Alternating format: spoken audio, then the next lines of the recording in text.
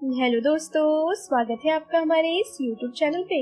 दोस्तों, कहानी को शुरू करने से पहले एक जरूरी बात, अगर आपने चैनल को सब्सक्राइब नहीं किया है तो पहले आप जल्दी से चैनल को सब्सक्राइब कर दीजिए ताकि आपको हमारी आने वाली नई नई कहानियों की जो नोटिफिकेशन है वो आपको सबसे पहले मिलती रहे। तो चलिए दोस्तों, बढ़ते हैं हमारी आज की कहानी की तरफ। हमें उम्मीद है कि आपको हमारी ये कहानी जरूर पसंद आएगी। सुनीता और रोहन हाथों में हाथ डाले रानीखेत के खूबसूरत प्राकृतिक दृश्यों का नजारा लेते हुए घूम रहे थे। सड़क के दोनों ओर से रंग बिरंगे फूलों की महक आ रही थी। जहाँ तक नजर जाती थी हरे, लाल, पीले और गुलाबी रंग के फूल, पत्ते और पेड़ों से नजरें तृप्त हो उठती। ऐसा मनोरम दृश्य देखकर लग रहा था मानो किसी कुशल चित्रकार ने सुंदर सी पेंटिंग बना दी हो। सुनीता ने लंबा सा घेरेदार कत्थई रंग का स्कर्ट और काले रंग का नेट वाला टॉप पहना हुआ था, जो उसके खूबसूरत होने का प्रमाण था। सुनीता बहुत ही खूबसूरत लड़की थी। उसके कानों में बड़ी बड़ी बालियां झूल रही थी। कमर तक लहराते बालों को उसने खुला छोड़ रखा था। उसने लिपस्टिक नहीं लगाई थी। हाँ, उसकी आंखों में काजल की हल्की सी रेखा थी, क्योंकि उसे काजल लगाना बहुत पसंद था। उसका पति रोहन उसके साथ चलते हुए बीच बीच में तिरछी नजरों से पत्नी को निहार लेता था। इतने सुंदर प्राकृतिक दृश्यों के बीच उसकी पत्नी को देखकर उसे ऐसा लग रहा था जैसे मानो चांदनी आसमान से जमीन पर उतर कर आई हो। रोहन और सुनीता शहर की भागती दौड़ती जिंदगी से दूर हनीमून पर आए हुए थे। वैसे तो उनकी अरेंज मैरिज हुई थी, लेकिन शादी और सगाई के बीच 6 महीनों का अंतर होने के कारण दोनों फोन पर एक दूसरे से बातें करते रहते थे और इस तरह एक दूसरे के बारे में काफी कुछ जान गए थे। इसलिए दोनों ही एक दूसरे से ज्यादा झिझक नहीं रहे थे। थोड़ी देर घूमने के बाद सुनीता ने कहा कि रोहन, मुझे थोड़ी थकान हो रही है, चलो ना होटल वापस चलते हैं। रोहन ने कहा कि क्यों, क्या हुआ? सुनीता के मुंह से निकला, वह मेरे सिर में हल्का सा दर्द हो रहा है। रोहन तुरंत घबरा गया और कहने लगा, तुमने मुझे पहले क्यों नहीं बताया? इतना कहकर वह आसपास में कोई मेडिकल शॉप ढूंढने लगा। जल्दी एक मेडिकल शॉप से उसने दवाई भी खरीद ली। सुनीता उसे यह कहकर रोकती रह गई कि हल्का सा सिर दर्द है, आराम कर लूंगी तो ठीक हो जाएगा। लेकिन रोहन भी कहाँ मानने वाला था। होटल आने के बाद रोहन उसके लिए चाय लेकर आया। दोनों ने चाय पी। उसके बाद रोहन ने उसे दवाई खिलाई और उसे बिस्तर पर लेटने को कहा। जब सुनीता लेट गई तो रोहन हल्के हाथों से उसके सिर दबाने लगा और थोड़ी ही देर में सुनीता गहरी नींद में सो गई। उसको सुकून मिला। उसके होठों पर एक सुकून भरी मुस्कान थी, जिसे देखकर रोहन चेहरे पर एक मुस्कुराहट सी आ गई। अभी कुछ दिन ही हुए थे दोनों की शादी को, लेकिन दोनों ही एक दूसरे से कितना प्रेम कर रहे थे, मानो जन्म जन्मांतर के साथी हो। हनीमून से वापस लौटने के बाद भी दोनों का प्यार दिनों दिन बढ़ता ही जा रहा था। सुनीता अपनी ससुराल में बहुत खुश थी। उसके ससुराल में सास ससुर ही थे। उसकी एक ननद थी, सारिका, जिसकी शादी हो चुकी थी। सुनीता ने सोचा था कि कुछ दिनों के बाद वो भी जॉब करने की कोशिश करेगी और उसके इस फैसले से भी सभी सहमत भी थे। उसकी शादी के 1 महीने के बाद एक दिन उसकी सास प्रेमा जी ने उसे अपने पास बुलाया और कहा कि बहू, सारिका का फोन आया था, वह 3 दिनों के बाद यहाँ आने वाली है, तुम भी अपनी ननद के साथ कुछ दिन बिता लेना। सुनीता भी बहुत खुश थी। वह कहने लगी, जी मम्मी जी, यह तो बहुत अच्छी खबर सुनाई आपने, अब तो मजा आएगा। लेकिन अगले ही पल प्रेमा जी ने सुनीता की खुशियों को छूप कर दिया जब उन्होंने कहा कि सुनो बहू, एक काम करना, तुम जब सारिका आएगी ना तो तुम हॉल में सो जाना। सुनीता ने आश्चर्य से कहा, ऐसा क्यों मम्मी जी?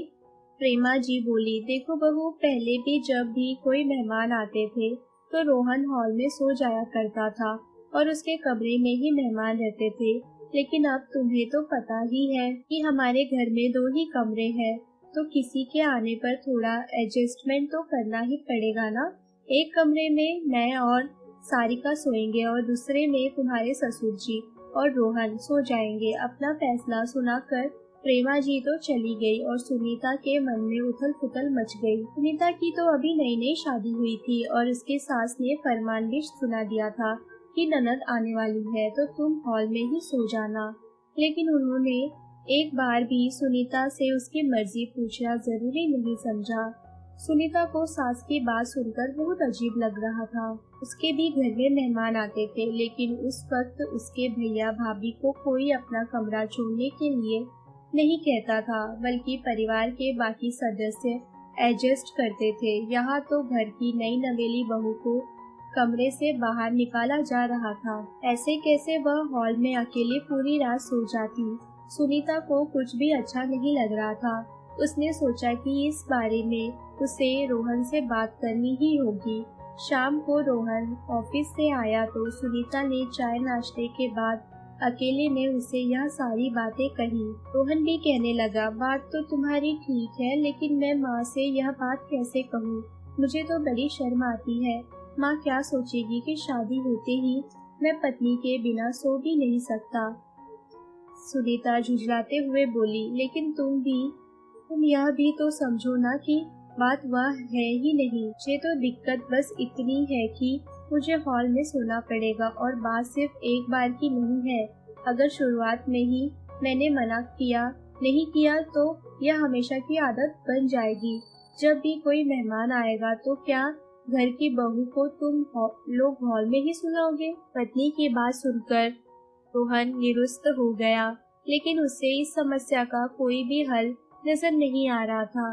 यदि वो माँ से इस बारे में कोई भी बात करता तो उसके शब्दों को सुनकर उसकी माँ पक्का उसे ताने देती कि तुम तो बीवी के गुलाम ही हो गए हो। लेकिन फिलहाल उससे भी अच्छा नहीं लग रहा था कि उसकी पत्नी बाहर अकेले हॉल में सोए। उसने सोचा कि मैं पापा से बात करता हूँ। वह पापा के कमरे में गया तो उसके पापा रमेश जी अपने मोबाइल में कोई मूवी चलाकर देख रहे थे। उन्होंने कान में ईयरफोन में लगा रखा था। रोहन को देखते ही उन्होंने मूवी बंद करके मोबाइल को एक किनारे रख दिया और ईयरफोन कानों से निकालते हुए बोलो, आओ बेटा बैठो। रोहन पापा के पास बैठ गया और झिझलाते हुए बोला, वो पापा मुझे आपसे कुछ जरूरी बात करनी है। रमेश जी बोले, हाँ बेटा बोलो ना, क्या बात है। रोहन हिचकिचाते हुए बोला, पापा आपको तो पता ही है ना कि सारिका आने वाली है, तो माँ ने सरिता से कहा है कि रात को वह हॉल में सोएगी। अब सुनीता को हॉल में सोना अजीब लग रहा है, तो मैंने सोचा कि हॉल में मैं सो जाऊंगा। सुनीता और सारिका एक साथ सो जाएंगे, तो यह कैसा रहेगा। रोहन एक ही सांस में अपनी बात कहकर पापा के चेहरे को गौर से देखने लगा। तभी पीछे से रोहन की माँ प्रेमा जी दनकते हुए कमरे में घुसी और रोहन को डांटते हुए कहने लगी, अच्छा तो तू अभी से ही बहू की बोली बोलने लगा। अगर वह 20 दिनों तक हॉल में सो भी जाएगी तो उसे क्या दिक्कत होने वाली है, और मेरी बेटी के साथ वह क्यों सोएगी। मुझे अपनी बेटी के साथ रहना है ताकि मैं उसके साथ ज्यादा समय बिता सकूं। तुम अपने पापा के साथ सो जाना, इसमें दिक्कत ही क्या है। माँ की झिड़की सुनकर रोहन ने सिर झुका लिया। माँ के आगे वैसे भी वो ज्यादा मुंह नहीं खोल पाता था। रमेश जी ने बात को संभालते हुए कहा, रोहन तुम जाओ, मैं बात करता हूँ। रोहन चुपचाप उठकर कमरे से बाहर चला गया। रमेश जी ने प्रेमा जी से कहा, यह कैसी बहकी बहकी बातें कर रही हो तुम। अभी रोहन और सुनीता की नई नई शादी हुई है। दोनों दिन भर तो घर और बाहर की जिम्मेदारियों में उलझे रहते हैं। रात को ही तो कुछ पल उन्हें साथ में बिताने का मौका मिलता है।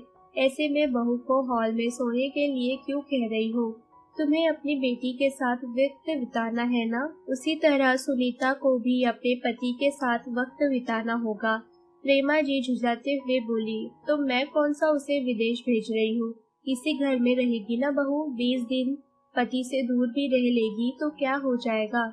रमेश जी गहरी सांस छोड़ते हुए बोले, किन भाग्यवान इस तरह घर की बहू हॉल में सोए, यह अच्छा लगता है क्या। हॉल में मैं सो जाऊंगा, तुम अपनी बेटी के साथ अपने कमरे में सोना और रोहन और सुनीता से उसका कमरा कोई नहीं लेगा। पहले की बात और थी, रोहन विवाहित नहीं था तो वह हॉल में सो जाता था और कोई भी मेहमान आता था तो उसके कमरे में सो जाता था। लेकिन अब रोहन और सुनीता को उस कमरा मिलना ही चाहिए। कोई भी मेहमान आएंगे तो वह हमारे कमरे में रहेंगे और कभी ज्यादा जरूरत पड़ी तो हम दोनों हॉल में रह लेंगे, लेकिन बेटे या बहू का कमरा छीनने का हमको अधिकार नहीं है। नया नवेला जोड़ा है वह, उन्हें उनकी प्राइवेसी मिलनी ही चाहिए। प्रेमा जी मुंह टेढ़ा करते हुए बोली, आप तो बहू के आते ही उसे सिर पर चढ़ाने की तैयारी करने लगे हैं। अरे इसी तरह वह अपनी बात मनवाती रहेगी तो कभी भी हमारी बात नहीं मानेगी, ऊपर से हमारे खिलाफ हमारे बेटे को भी भड़काने लगेगी। रमेश जी व्यंग से मुस्कुराते हुए बोले, अच्छा, और आप जो कर रही हैं उसके वजह से बहुत हमें बहू इज्जत देगी और हमारा मान सम्मान करेगी, और हम बहू की इच्छा का मान नहीं रखेंगे, उसकी खुशियों का ख्याल नहीं रखेंगे, तब वह हमारी बात सुनेगी। वाह भाई वाह, मान गए तुम्हारी सोच को। प्रेमा जी निशब्द हो गई थी। रमेश ने मजबूत शब्दों में अपना फैसला सुनाते हुए कहा, बस इसके आगे मुझे कोई और बहस नहीं करनी है। मैंने फैसला कर लिया है, बहू हॉल में नहीं सोएगी। प्रेमा जी झुंझलाते हुए बोली, आपको जो करना है करिए, आपकी मर्जी के आगे आपने कभी मेरी सुनी भी है? इतना कहकर वह एक पत्रिका उठाकर उसके पन्नों में नजरें गाड़ने लगी। अब उसके पास कहने सुनने के लिए कुछ भी नहीं रह गया था। रमेश जी मुस्कुरा उठे और सोचने लगे कि सास बनते ही पता नहीं औरतों को क्या हो जाता है। खैर, मुझे ही सभी रिश्तों को एक साथ लेकर चलना होगा और समझदारी से ऐसे ही छोटी मोटी समस्याओं को सुलझाना होगा। हो सकता है कि वक्त के साथ प्रेमा भी समझ जाए कि वह केवल सास बनी है। इसका मतलब ये नहीं कि वह बहू के ऊपर अपना हुक्म चलाते रहेगी। इधर कमरे के दरवाजे से बाहर सुनीता रात के खाने के बारे में पूछने के लिए आई हुई थी। उसने भी अपने ससुर जी की सभी बातों को सुन लिया था और उसकी आंखों से खुशी के आंसू बहने लगे थे। वो भावुक हो गई थी और उसके ससुर जी इतने समझदार हैं, जिन्होंने उसकी खुशी के बारे में भी सोचा था।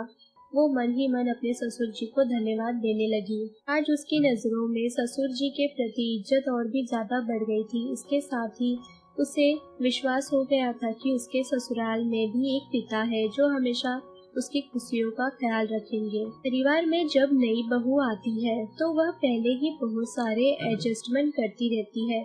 ऐसे में उसकी खुशियों का ख्याल रखना भी परिवार के प्रत्येक सदस्य की जिम्मेदारी होती है और नए नवेले जोड़ों को उनके हिस्से की प्राइवेसी मिलनी ही चाहिए।